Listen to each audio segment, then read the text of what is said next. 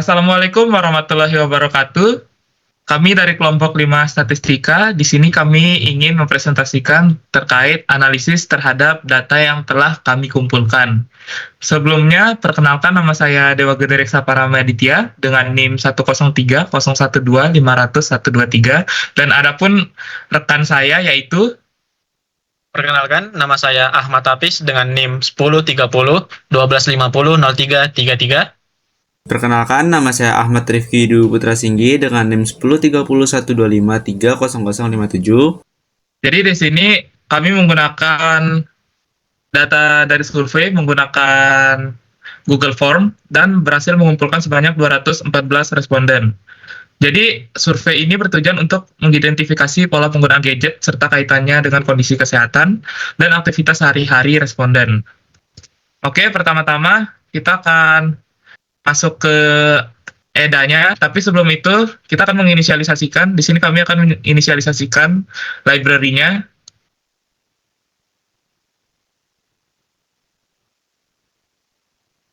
Dan juga tidak lupa kami menginisialisasikan datanya.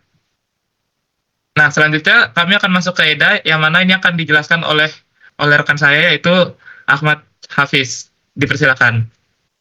Oke, sekarang kita masuk di EDA, yaitu Exploratory Data Analysis atau disingkat EDA. Nah, di sini yang pertama kita lakuin adalah head data. Nah, tujuan dari head data ini untuk menampilkan beberapa baris pertama dari dataset yang sudah kita punya.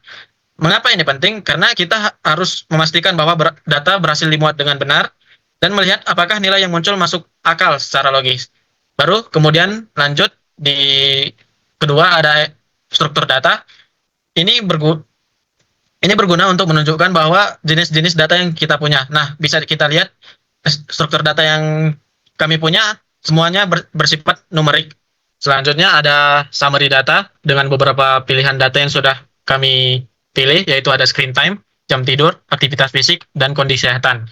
Di sini kita bisa lihat di bagian screen time, hasilnya ada rata-rata screen time responden yang sekitar 6,8 jam per hari. Nah, sebagian besar responden punya rentang 5-8 jam sehari untuk menggunakan gadgetnya. Namun, terdapat nilai maksimum 24 jam yang bisa kita artikan kalau dia penggunaan layarnya sangat ekstrim lah istilahnya.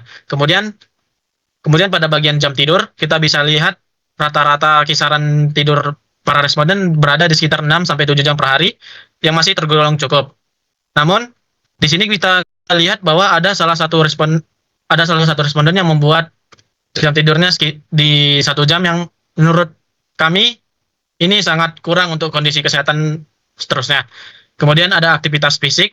Di sini mayoritas responden memiliki tingkat aktivitas fisik yang sangat rendah lah, karena rata-ratanya ada di sekitar 1,6 jam per hari, dengan maksimalnya ada di sekitar 10 jam. Kemudian ada kondisi kesehatan. Di sini secara umum kondisi kesehatan para responden sangat baik, karena rata-rata para responden memilih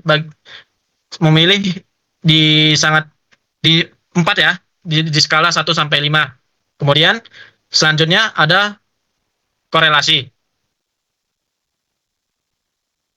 Nah, di sini korelasi antara screen time dengan kondisi kesehatan itu memiliki hubungan negatif yang lemah. Ini mengindikasikan bahwa semakin tinggi waktu layar seseorang, ada kecenderungan kondisi kesehatannya sedikit menurun. Kemudian ada screen time dengan jam tidur, memiliki hubungan negatif lemah, artinya semakin lama seorang menatap layar, cenderung semakin sedikit waktu tidurnya. Kemudian ada jam tidur dengan kondisi kesehatan.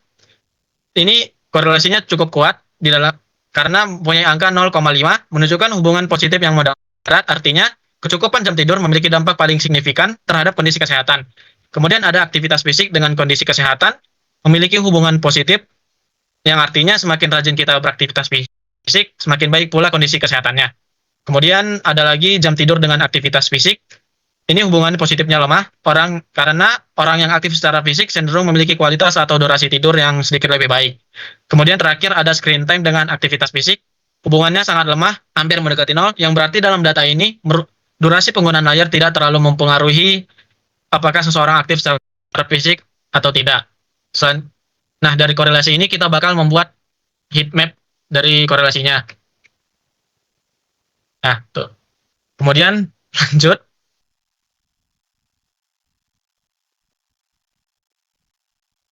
Kemudian kita ada histogram dari distribusi screen time. Nah, dari grafik ini kita bisa lihat bahwa distribusinya miring ke kanan karena mayoritas responden berada di angka 4-6 jam per hari untuk penggunaan gadgetnya, yang merupakan puncak tertinggi. Namun terdapat beberapa pencilan atau data ekstrim, di mana ada pengguna yang mencapai lebih dari 15 hingga 20 jam sehari, meskipun jumlahnya sangat sedikit. Kemudian kita lanjut di bagian box plot.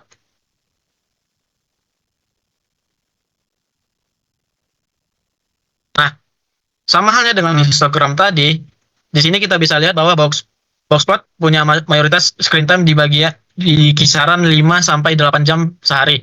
Namun terdapat outlier di atas 12 jam karena responden memilih hampir di atas 12 jam sehari. Kemudian, kenapa kita memilih memakai boxplot juga karena untuk memperlihatkan secara visual bahwa screen time ekstrim bukan kasus tunggal, melainkan dialami oleh beberapa responden. Baik, di sini akan kita lanjut ke simple linear regression, yang mana pertama-tama saya membuat variabel model 1 guna membandingkan antara jam tidur dan screen time. Di sini selanjutnya saya membuat summary model 1, yang mana bisa kita lihat di sini korelasinya itu negatif, seperti yang sudah dijelaskan oleh rekan saya sebelumnya. Korelasi negatif itu berarti ketika screen time bertambah, maka jam tidurnya akan semakin lemah. Namun, di sini korelasinya lemah karena jam tidur tidak selalu dipengaruhi oleh screen time. Ada banyak faktor-faktor lain yang dapat mempengaruhi jam tidur dari seseorang. Oke, lanjut di sini kami membuat ggplot, yang mana X-nya itu adalah screen time dan Y-nya itu adalah jam tidur. Langsung saja. Nah, dapat dilihat dari linear regression di sini bahwa regresi linear antara screen time dan jam tidur itu cenderung ke bawah. Ini berarti korelasi antara screen time dan jam tidur itu korelasinya negatif untuk screen time dan kondisi kesehatan. Ini bertujuan untuk mengetahui apakah kondisi kesehatan ini, apakah screen time ini berpengaruh pada kondisi kesehatan. Nah, bisa dilihat di sini pada gambar, regresi linearnya cenderung menurun. Ini berarti ketika screen time-nya bertambah, maka kondisi kesehatannya juga akan semakin menurun. Tapi dapat dilihat di sini ada sebuah lapisan oranye yang cukup lebar. Ini menunjukkan bahwa ketidakpastian dari data ini. Kenapa? Karena bisa kondisi kesehatan itu bukan cuman karena dipengaruhi oleh gadget. Bisa saja oleh faktor lain seperti usia atau pola hidupnya dan semacamnya. Oke, lanjut. Di sini terakhir kami membuat korelasi regresi linear antara jam tidur dan kondisi kesehatan. Dapat dilihat di sini bahwa korelasi regresi linearnya di sini semakin naik, yang mana berarti hal ini jam tidur dan kondisi kesehatan memiliki korelasi yang positif. Berarti ketika jam tidur semakin bertambah, maka kondisi kesehatan pun akan semakin baik. Baik, selanjutnya akan dilanjutkan ke multivariabel yang akan dijelaskan oleh teman saya, Rifki. Oke, selanjutnya itu ada yang namanya multivariabel. Nah, yang pertama kita eksplorasi awal, yaitu kita menggunakan pairs panel. Pada tahap awal, analisis multivariat, saya menggunakan fungsi pairs.panels untuk melihat hubungan antar variabel yang menurut. Grafik ini menampilkan scatter plot, nilai korelasi person, serta distribusi data dalam satu tampilan. Dari grafik ini, kita bisa melihat bahwa beberapa variabel memiliki hubungan positif, seperti jam tidur dengan kondisi kesehatan, sedangkan screen time cenderung menunjukkan hubungan negatif terhadap jam tidur. Visualisasi ini membantu saya untuk memahami pola hubungan data sebelum masuk ke analisis yang lebih spesifik.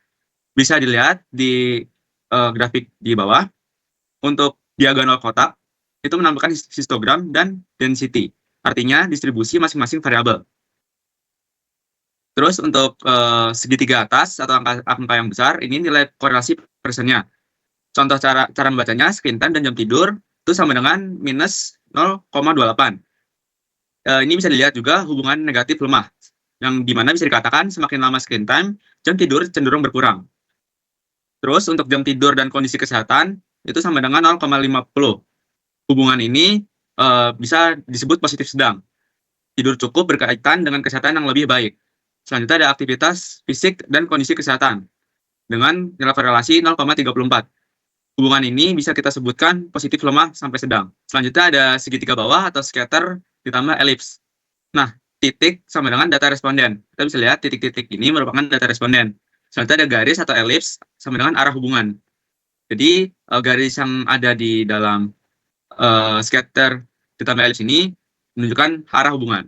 Cara membacanya, kalau miring ke atas itu korelasinya positif, kalau miring ke bawah itu korelasinya negatif, dan kalau semakin rapat elipsnya, maka hubungannya makin kuat.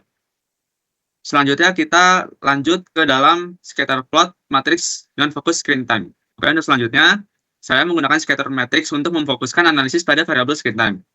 Grafik ini memperlihatkan hubungan screen time dengan jam tidur, aktivitas fisik, dan kondisi kesehatan. Dari pola titik yang terbentuk, terlihat cenderung bahwa semakin tinggi screen time, jam tidur cenderung menurun meskipun hubungannya tidak terlalu kuat.